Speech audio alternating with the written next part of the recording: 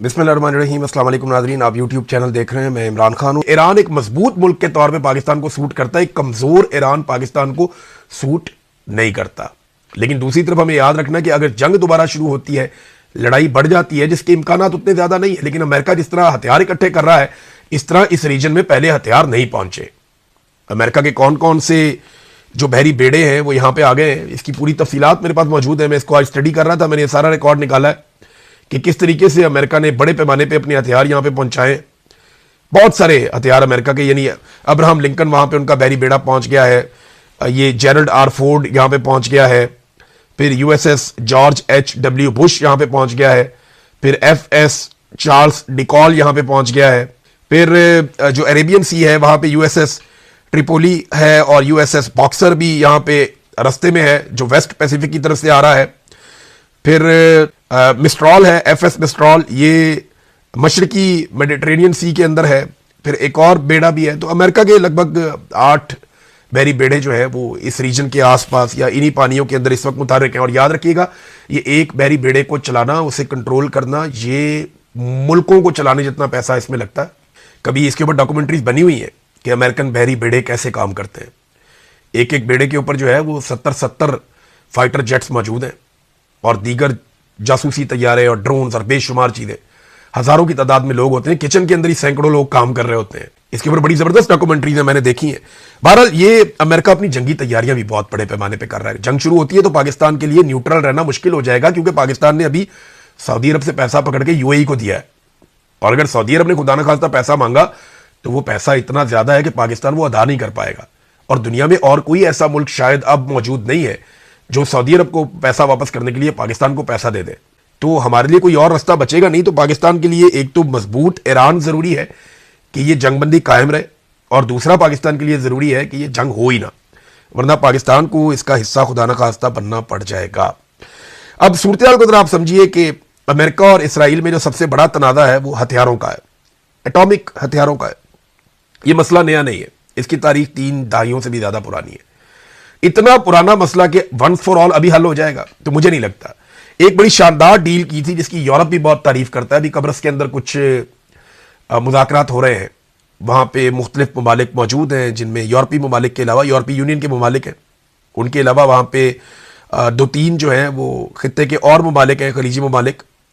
ये जब बात कर रहे हैं तो वहां तारीफ की गई, यानी दूसरे ममालिक इसके अंदर जो हैं उनमें मिस्र, शाम और लबनान है। तो वहां जो बराक ओबामा ने 2015 में मुआहदा किया था ईरान के साथ, जौहरी मुआहदा, उसकी तारीफ की गई। लेकिन डोनाल्ड ट्रंप ने आने के बाद जब पहली इनको हुकूमत मिली 2016 में, तो वो मुआहदा इन्होंने खत्म कर दिया था। उस पर काफी तनकीद भी हुई थी।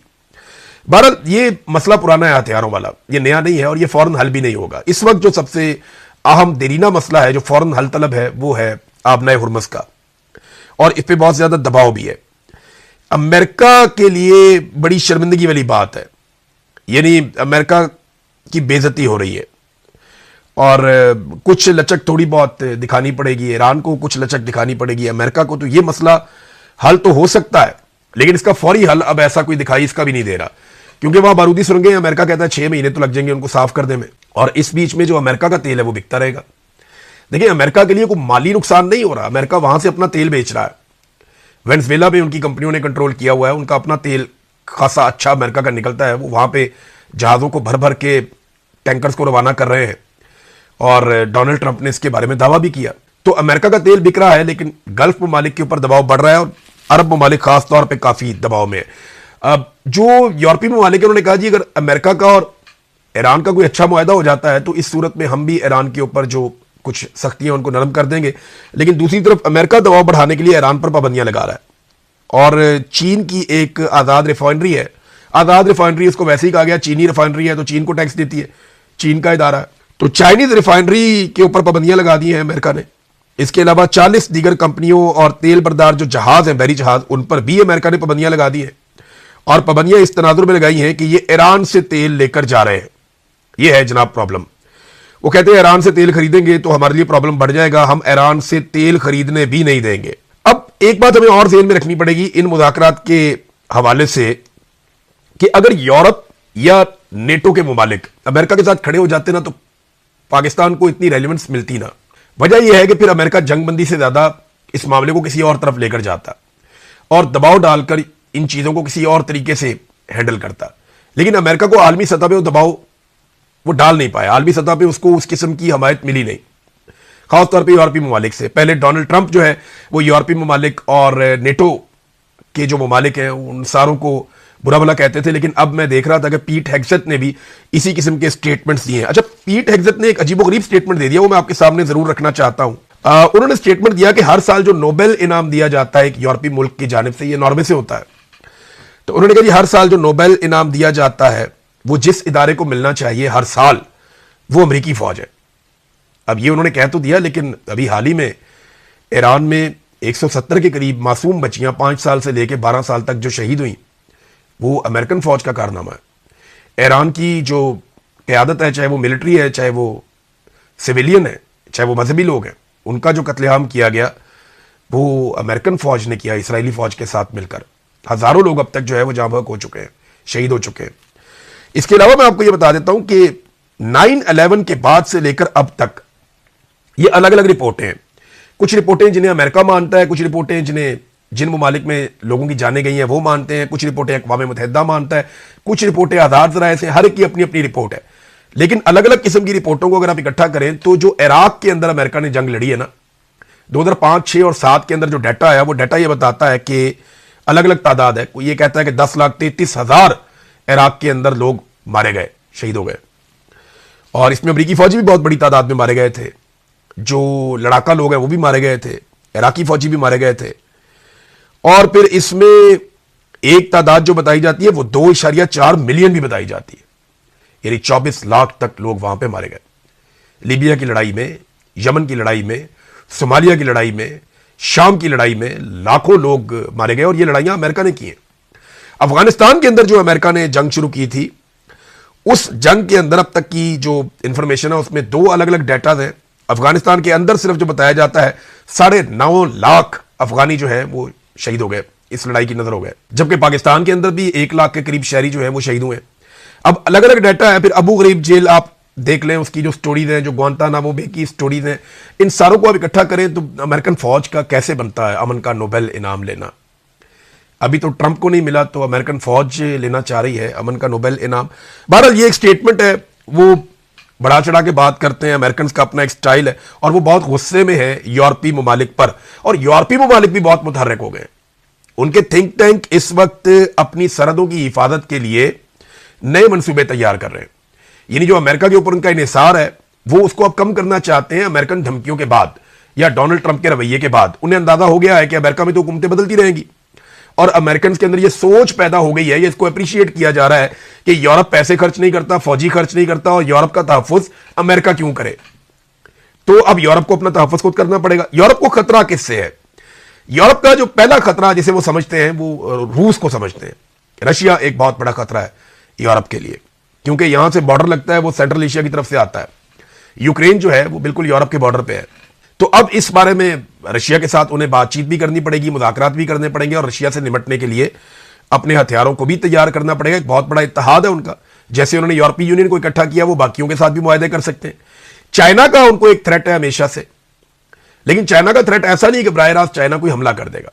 चाइना का थ्रेट कुछ इस तरह से है कि चाइना उनकी मईशत के ऊपर कंट्रोल कर लेगा। अब चाइना के साथ उन्हें बातचीत करनी पड़ेगी और अपने तजारती खसारे को कंट्रोल करना पड़ेगा। देखिए ना, चाइना की कुछ क्वालिटीज है, एक तो प्रोडक्शन बहुत तेज करता है, दूसरा उनकी कॉस्ट ऑफ प्रोडक्शन बहुत कम है, तीसरा चाइना की जो रसद है वो बहुत तेज है, वो बड़ी तेजी से अपना माल सप्लाई करता है पूरी दुनिया में।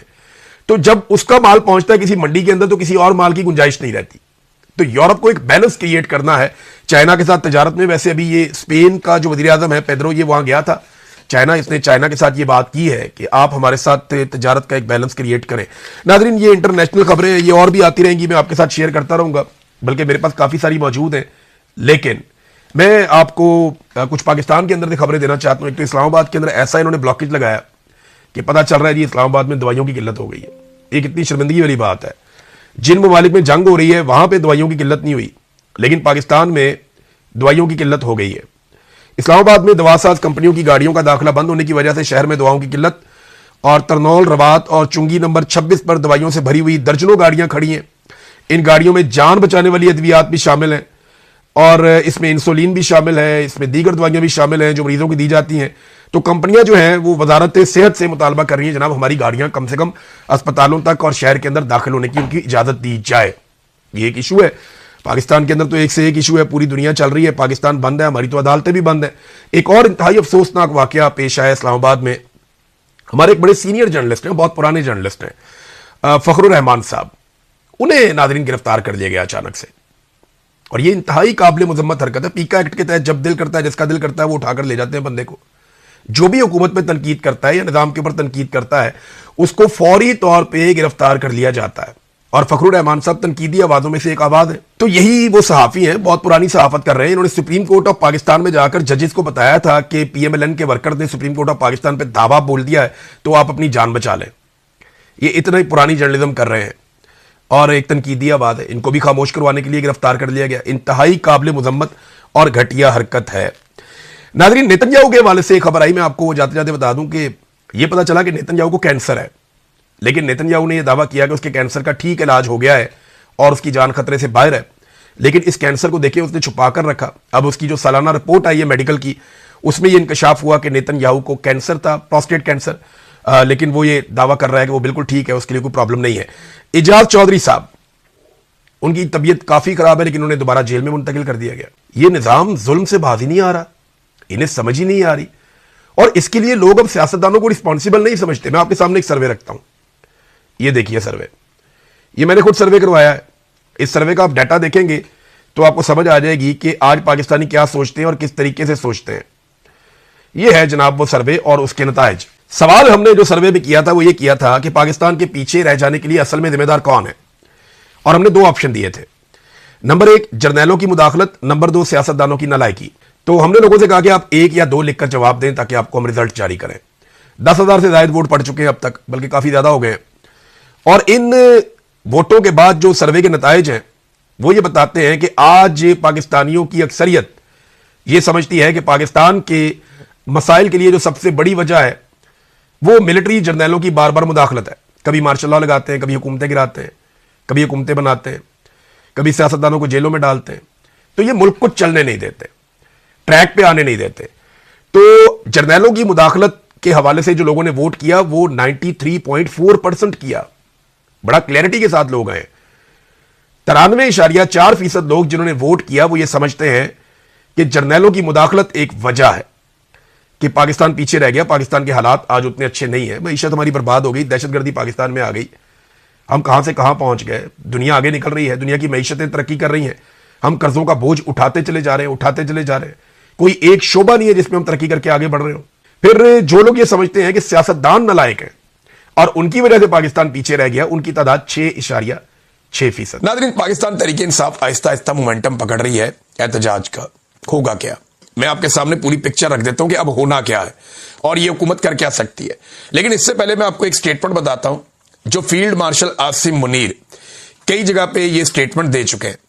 और ये जो स्टेटमेंट है इसके बारे में फखरुर रहमान साहब जर्नलिस्ट हैं, उन्होंने बाकायदा एक इंटरव्यू दिया सियासत.pk को, और उसमें उन्होंने बताया जी एक जगह पे नहीं कई जगह पे मुख्तलिफ मकामात पर पाकिस्तान के फील्ड मार्शल आसिम मुनीर ये बात कर चुके हैं कि जब तक मैं फील्ड मार्शल हूं इमरान खान रिहा नहीं हो सकता। और ये बात ठीक है। आसिम मुनीर साहब को खतरा है कि अगर इमरान खान बाहर आएगा तो पब्लिक के अंदर इतनी ज्यादा मकबूलियत है कि वो एक ऐसी तहरीक खड़ी कर सकते हैं जिससे फील्ड मार्शल आसिम मुनीर और उनके बनाए हुए पूरे के पूरे निजाम को खतरा हो जाएगा, फिर उनके अपने लिए खतरात बढ़ जाएंगे। लिहाजा वो इमरान खान साहब को इस मकबूलियत के आलम में छोड़ने का रिस्क नहीं ले सकते। और ये बात वो कई जगहों पे कह चुके हैं, ये दावा किया फखरुर रहमान साहब ने। तो फील्ड मार्शल साहब तो इमरान खान साहब को नहीं छोड़ेंगे, जबकि इमरान खान साहब को छुड़वाने के लिए पाकिस्तान तहरीक इंसाफ जोर लगाती रहेगी। सुहेल अफरीदी जो है वो ना सिर्फ मोमेंटम बना रहे हैं बल्कि सिर्फ एहतजाज करने से पहले वो एक ओपिनियन भी बना रहे हैं कि हमारे साथ ज्यादती बहुत हो रही है।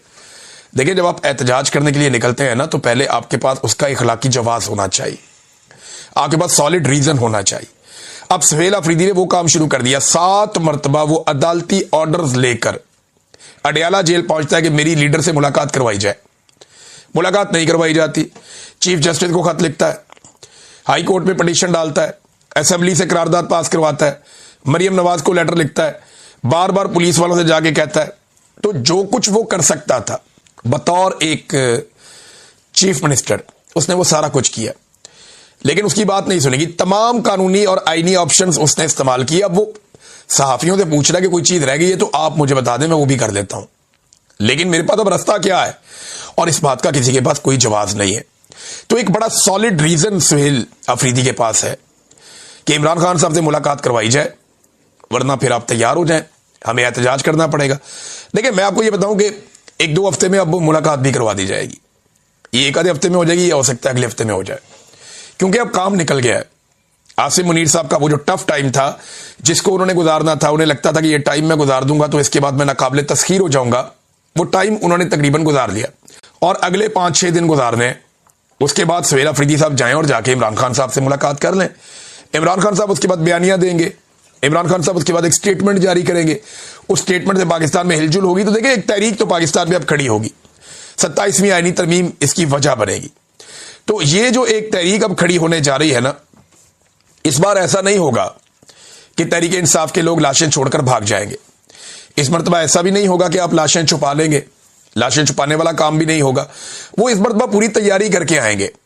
अगर वो आए इस्लामाबाद की जानिब, अव्वल तो और बहुत सारे ऑप्शन हैं उनके पास जिनको वो डिस्कस कर रहे हैं, और वो सरप्राइजेस उन्होंने रखे हैं, लेकिन अगर वो आए इस्लामाबाद की जानिब तो इस मरतबा वो एक एक चीज को रिकॉर्ड करेंगे और एक एक चीज का हिसाब अपने पास रखेंगे। यानी इस मरतबा ऐसा नहीं होगा कि लाशें छोड़कर वो चले जाएं, शायद ऐसा नहीं होगा।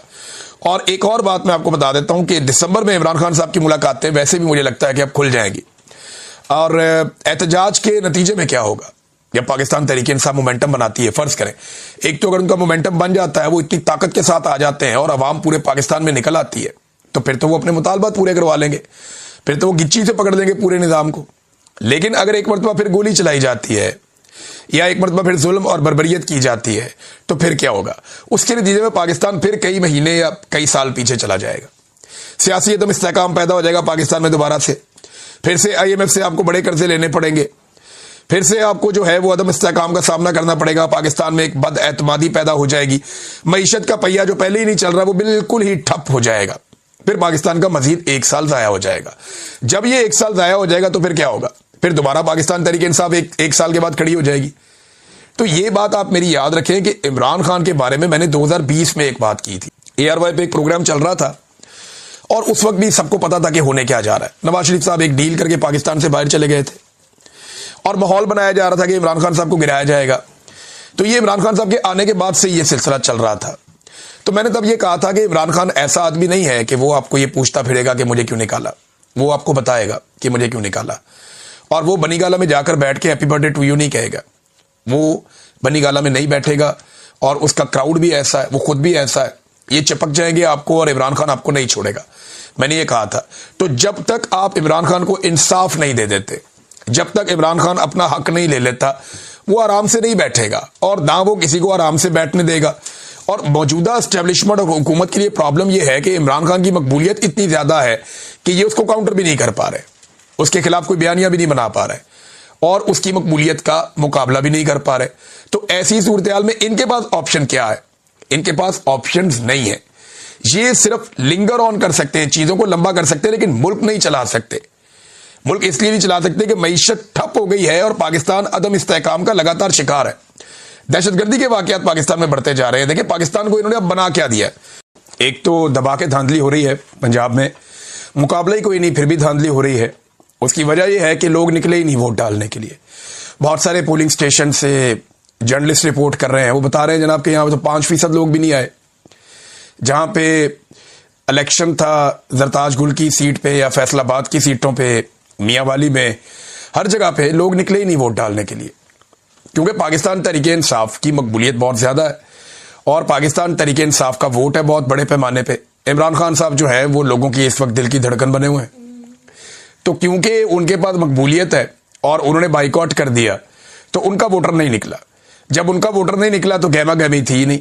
तो पंजाब के इलेक्शन में ओवरऑल गहमा गहमी नहीं थी, बल्कि यहां तक हुआ कि हमने कई जगह पे ऑडियो सुनी और कई जगह पे ऐलानात सुने कि मस्जिदों से बाकायदा ऐलान करवाए गए कि वोटर्स निकले और निकल कर जाकर वोट डालें। अब आप अंदाजा करें कि लोगों की कितनी दिलचस्पी होगी इस इंतखाब में। तो लोगों को भी आइडिया, और इमरान खान साहब का मेरे ख्याल में ये ठीक फैसला था कि बाइकॉट ही करो। उन्होंने 2 इलेक्शन लड़े हैं और दोनों के पीछे एक वजह है।